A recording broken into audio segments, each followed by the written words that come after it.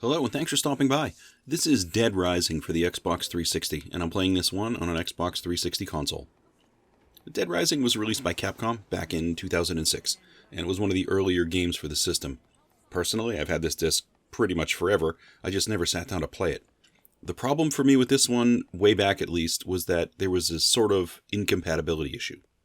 Basically, this game came out for the 360, and at that point the market had not fully converted to high-definition televisions. This was designed to be a high-def game. When I popped this disc in way back, my TV didn't have the resolution to display the text in the game, so you couldn't read the notifications on screen. The text was just too tiny. That was the criticism I also remember seeing online, and at the time the early thoughts were that, they might patch the game to make it more accessible, but I'm pretty sure that never happened. Now remember, the first release of the Xbox 360 didn't even have an HDMI port, and as a high-definition game, this game kind of required it. Eventually, I got a high-def TV, of course, but I just never went back to the game until now. I probably should have, because I tend to love zombie games, and this one's unique enough. This is a third-person zombie adventure game, where you're running around a mall, completing tasks and killing zombies with a bunch of different weapons. In this one, you play a character of Frank, who's this grisly photographer, and he's trying to get the scoop on whatever's happening in this mall. Basically, you're dropped off at the beginning of the game, you're dropped off on the roof, and you spend your time racing through the mall trying to uncover the source of the outbreak. As a photographer, you can take pictures in this game as you go, and it gives you experience. You can also kill an insane number of zombies using a ton of different weapons, but there are way too many to name. Now, as far as the taking photos thing goes, I am more than a dozen hours into this game, and I can say that's taken on less of a value than I would have expected. It does get you some experience when you take a random photo, but honestly, this one is you killing zombies in large quantities. What's kind of interesting about this game is there's a time limit in-game. You're trying to advance through the story. By the time you're actually supposed to leave the mall, get picked up by a helicopter. You're going to level up, of course, as you get experience killing zombies and completing missions and stuff. That makes you stronger, it gives you more storage slots or offensive moves. These are all things that are going to help you survive longer. The game, it's basically designed for you to go through multiple times to do things differently and explore and learn more. So when you die in the game, you can either go back to your last save, or you can save the game there, which will save your experience and start you over. When you start over at this stage, you're going to keep whatever levels you've acquired before. It'll make the next go-through easier, for sure. And it was kind of an aspect that I was surprised about. It was just something I wasn't expecting. I think the time limit for the actual story of the game that you're here, when you get picked up, I think it's about 6 hours in real time for the main story. And that's you figuring out what it is that's actually happening with this zombie outbreak. If you don't go through the right story elements for this main story during the correct time, you will lose the game, and it'll force you to start over. This actually kind of puts you in a spot with this game, because story missions happen at certain times. If you wander off too long, and you save your game after you've been advancing, doing random things, you only have one save slot in this game, and you can actually get yourself into a bind where you save the game at a place where you might just be forced to ultimately start over.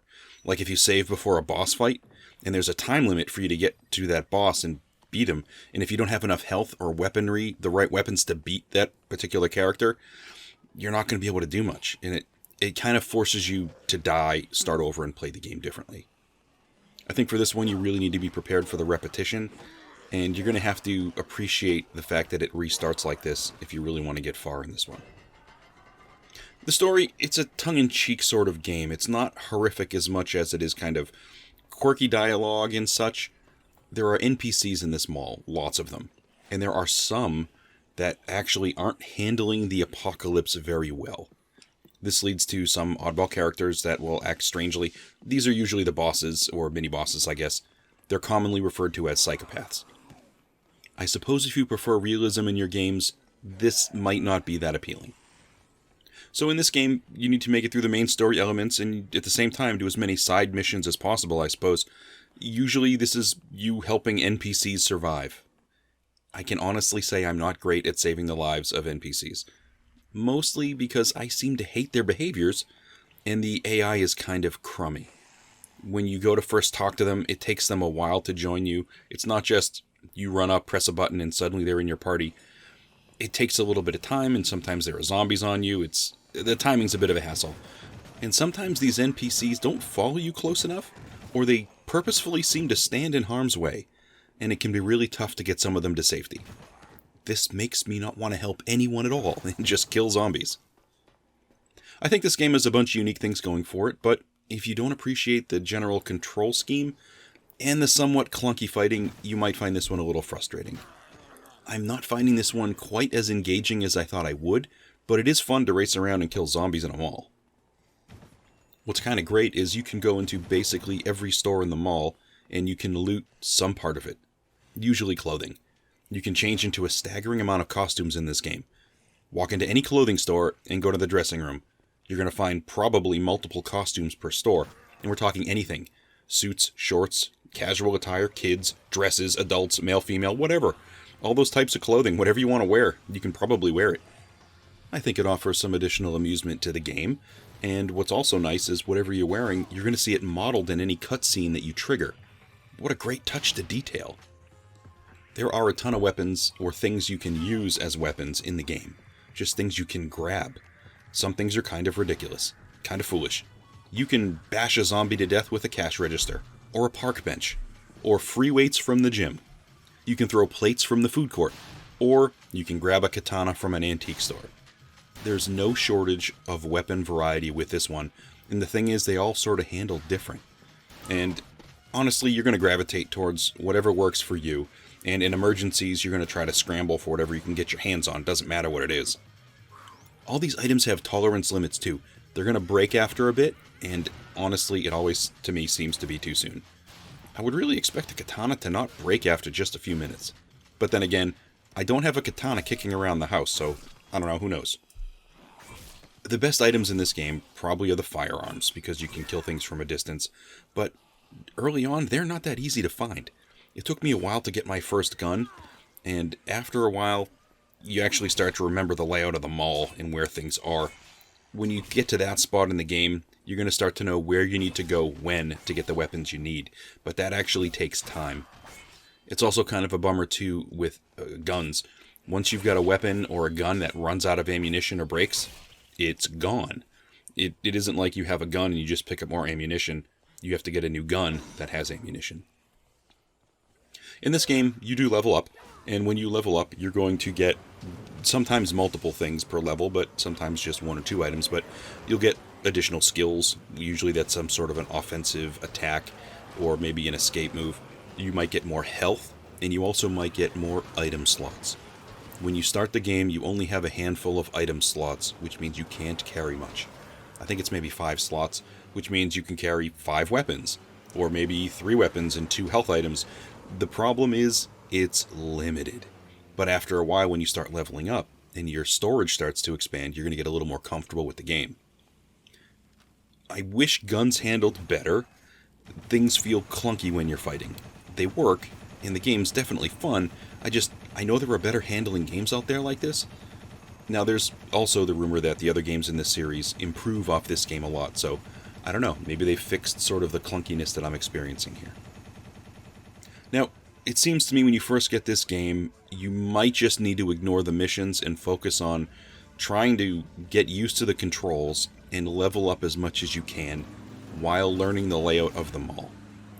It's a big mall, it's a weird mall, and I'm not that great with it, but I'm definitely getting better. You need to have it memorized to a point where you know what's located where, so you can go grab it when you need it. Personally, I like going through the middle center park of the mall and getting myself into the parking garage. You only get a vehicle or two to choose, but if you choose the car, you can grab it and run over hundreds of zombies. There are going to be a bunch of zombies right in that area, and then there's actually a path to a parking garage below. You can head down there and you can ride over a bunch back and forth, and then go back upside to respawn the car. The car is a great way to get some levels, but it's also a great way to get yourself trapped in a mob of zombies if you're not careful. When you're in the lower garage, you don't want to stray too much from the path back outside, because the cars are destructible, and when they stop working, you're going to be stuck. So you kind of got to get used to how far you can drive the car before you need to get it refreshed. In this one, you're actually gonna avoid more zombies in this game than directly killing zombies. There's just an unlimited supply. So, especially early on, while you're weaker, you're gonna need to take advantage of the physical aspects of the mall to keep yourself alive. You can jump over planters, you can run through fountains, and you can get around countertops much faster than the zombies can. Using the environment to your advantage as much as you can is going to help you out, for sure. The psychopaths are the interesting part of the game that tends to be the most challenging, I think. Especially when you don't have the right weapons. My first success in this area was I managed to kill some jerks racing around the center park with a jeep. There are these 3 convicts with a jeep and a machine gun. I happen to have had a shotgun, and a few shots later, I was the proud owner of a jeep and a machine gun. You have limited ammo in the machine gun, like all weapons, of course, but it was definitely fun while it lasted. And once I had the jeep, I have to say, it was pretty sturdy and great for running over zombies. I also had this guy's corpse hanging out of the back seat of the jeep for a while, which I thought was kind of amusing. I also ran into this crazy clown at one point, and that was not a very fun encounter. But it's just a place that really needs some firearms. Now, this game overall, it seems to be about replay and the achievements you get by doing things in the game. This one is about you playing the game over and over again to unlock a new weapon or to try to save somebody you didn't manage to save on a prior run. The big unlock of the game is the Mega Blaster from Mega Man, the Capcom game Mega Man. You have to kill 53,594 zombies and then you have to beat the game, I think in a special way. If you do this, you will get that arm cannon on your next save. The only real way to do this is to drive over thousands of zombies with the vehicles, but that's something that's probably going to take 4 or 5 hours, and you still have to beat the game. But it's probably a really good idea to learn how to do this, just because all the experience you're going to get running over all these zombies, this is just going to help you get better the next time around. So if you're finding yourself kind of stuck, it's probably worth grinding to get yourself some levels. This game was also made into a bunch of different movies. I was really surprised to find this. You can catch some of them online in some of the various streaming services. I guess the question is, are they any good? Well, I guess what I saw so far, I guess it was passable, but they weren't theater quality releases for sure. Well, that's all I have today for Dead Rising for the Xbox 360. This one has a lot of repetition, but it's certainly fun enough. If you like this type of video, please feel free to like and subscribe and all that stuff. And thank you for stopping by to take a look, and I hope to catch you on another video.